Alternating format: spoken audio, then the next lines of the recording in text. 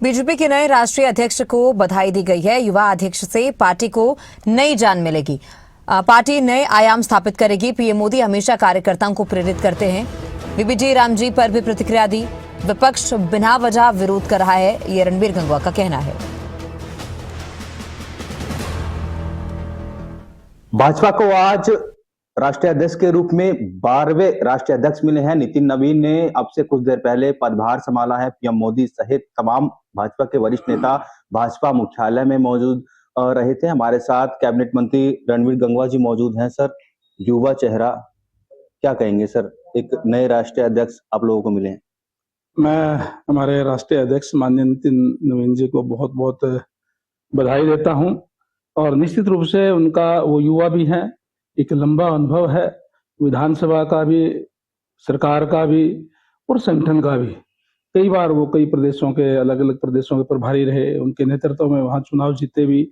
और निश्चित रूप से एक युवा, ऊर्जावान, प्रतिभावान हमारे जो राष्ट्रीय अध्यक्ष नितिन नवीन जी बने हैं। निश्चित रूप से जो आज जिस मजबूती के साथ भारतीय जनता पार्टी देश के अंदर है, उनके नेतृत्व में और ऊंचाइयों को छूने का काम करेगी। सर, आज पीएम मोदी ने एक बड़ी बात कही कि मैं एक साधारण कार्यकर्ता हूं और अब मेरे जो बॉस हैं वो नितिन नवीन हैं, मैं इनको रिपोर्ट करूंगा और ये मेरी एससीआर तैयार करेंगे। एक बड़ा मैसेज सर पीएम मोदी का।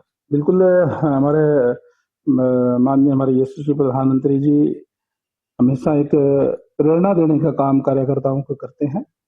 किस तरीके से देश के इतने बड़े पद पे होते हुए भी उन्होंने कहा कि मैं कार्यकर्ता पहले हूं, बाकी चीजें उसके बाद में है। तो निश्चित रूप से भारतीय जनता पार्टी की ये रीति नीति है कि जो कार्यकर्ता है उसको अहमियत देने का काम करते हैं। कोई भी कार्यकर्ता कभी भी किसी भी पद के ऊपर जा सकता है, कि केवल और केवल भारतीय जनता पार्टी के अंदर ही संभव है। और जैसे उन्होंने माननीय मोदी जी ने कहा भी है कि हमारा जो बूथ से लेकर के जो बूथ का अध्यक्ष होता है, बूथ का अध्यक्ष है, मंडल का अध्यक्ष है, जिले के अध्यक्ष है, प्रदेश अध्यक्ष है, राष्ट्रीय अध्यक्ष है, तमाम एक लोकतांत्रिक तरीके से उनका जो है वो चुनाव होता है, कार्यकर्ताओं में से होता है। किस कार्यकर्ता का कब नंबर आ जाए, जितने भी हमारे कार्यकर्ता है, हमारा केंद्रीय नेतृत्व हर एक को वॉच करने का काम करता है। हर एक उनकी निगरानी में होते हैं कि कौन कार्यकर्ता किस कोने में जाकर के कितना अच्छा कार्य कर रहा है और उसकी क्षमता के अनुसार उनको दायित्व दिया जाता है। सर, कांग्रेस की बात करें, बीबीजी रामजी बिल को लेकर लगातार प्रदर्शन कर रहे हैं, हर एक जिले में प्रदर्शन कर रहे हैं। वो कह रहे हैं कि आप लोग मजदूरों के साथ, किसान वर्ग के साथ छलावा कर रहे हैं, क्या कहेंगे सर? कांग्रेस पार्टी ने हमेशा झूठ फैलाने का काम किया है और एक भ्रम में डालने का काम किया है।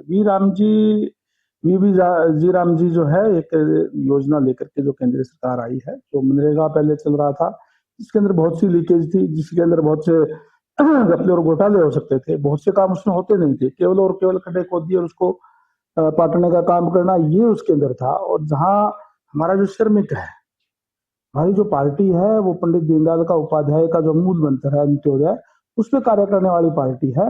और इसलिए जो श्रमिक है हमारे, जो तपती हुई धूप के अंदर भी कार्य करते हैं और कड़ाके की ठंड के अंदर भी वो इस प्रदेश को, देश को आगे बढ़ाने के लिए अपनी मेहनत मजदूरी से इस देश का इंफ्रा मजबूत करने के लिए लगातार कार्य वो करता है और उसके लिए ज्यादा से ज्यादा सुविधाएं दे, ये सरकार की प्राथमिकता है। इसलिए जो वीबी राम जी जो है, इसके अंदर और ज्यादा अधिकार उनको दिए गए हैं और नए कामों को शामिल किया गया है। चाहे पक्की नाली हो, चाहे टैंक बनाने की बात हो, चाहे पार्क बनाने की बात हो, चौपाल बनाने की बात हो, ये तमाम चीजें उसके अंदर शामिल की गई है और उसका बजट और ज्यादा बढ़ाने का काम किया है।